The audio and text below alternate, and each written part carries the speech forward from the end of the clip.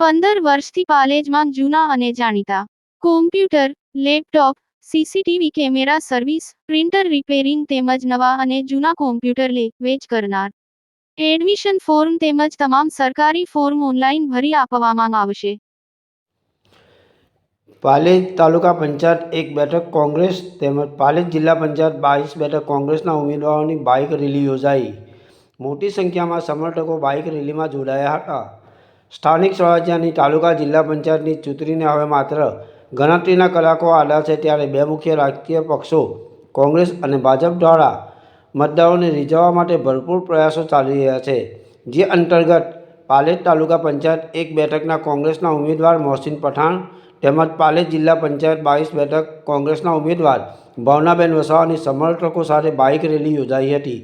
આયોજિત bike rally Tankaria ગામમાંથી પ્રસ્થાન થઈ પાલેજ જિલ્લા પંચાયત બેઠકના 12 ગામોમાં પરિભ્રમણ કરી પરત ટંકારિયા પહોંચી હતી.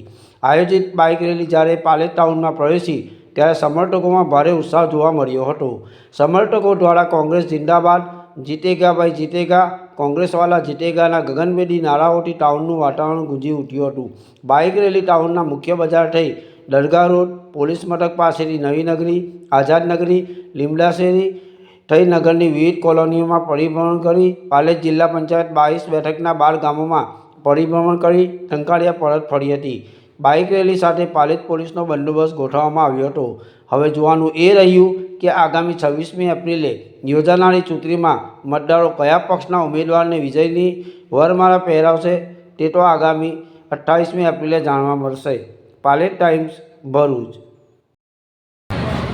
આજ રોજ ટંકારિયા ગામેથી રેલી લઈ અમે પાલેજ ગામે આવેલા છે અને ત્યાં અહીંથી લઈને સીટવા રહી કિશનાર રહીને ત્યાં સમાપ્ત થશે. કયા મુદ્દાઓ મતદારો વચ્ચે લઈને ગયા છો? અને મુદ્દા છે મારી આગલી ટર્મમાં મેં જે 46 કામ કરેલા છે પાલેજના વિકાસ માટે. રોડ, રસ્તા, ગટર લાઇન, કુટીરો, બેસવા માટે તળાવની આજુબાજુને બ્યુટિફિકેશન, એવા ઘણા કામો કરેલા છે. એવા પાલેજમાં મેં 46 કામ કરેલા છે. શું લાગે છે તમે જીતી શકશો? હા, અમે જીતી શકીશું. તમારી સામે યુવાન ઉમેદવાર છે, એ વિશે તમે શું કહેશો? ના, અમે જીતી શકીશું. પાલેજ અમારા વિકાસના નામ પર વોટ આપશે. અને જે જિલ્લા પંચાયતની બેઠક પર જે ભાવનાબેન ઉભેલા છે, એ વિશે શું કહેશો? ભાવનાબેનનું બી વિન જ છે જિલ્લા પંચાયતની બેઠક પર. ત્યાં બી મકબૂલભાઈએ બહુ સારા કામ કરેલા છે. ગામમાં દરેક ગામમાં સારા કામ કરેલા. કેટલા મતોના માર્જિનથી આપની જીત છે? કમસે કમ અમે તાલુકા પંચાયત 1500 મતથી જીતીશું ને જિલ્લા પંચાયત 6-7 હજાર મતથી જીતીશું.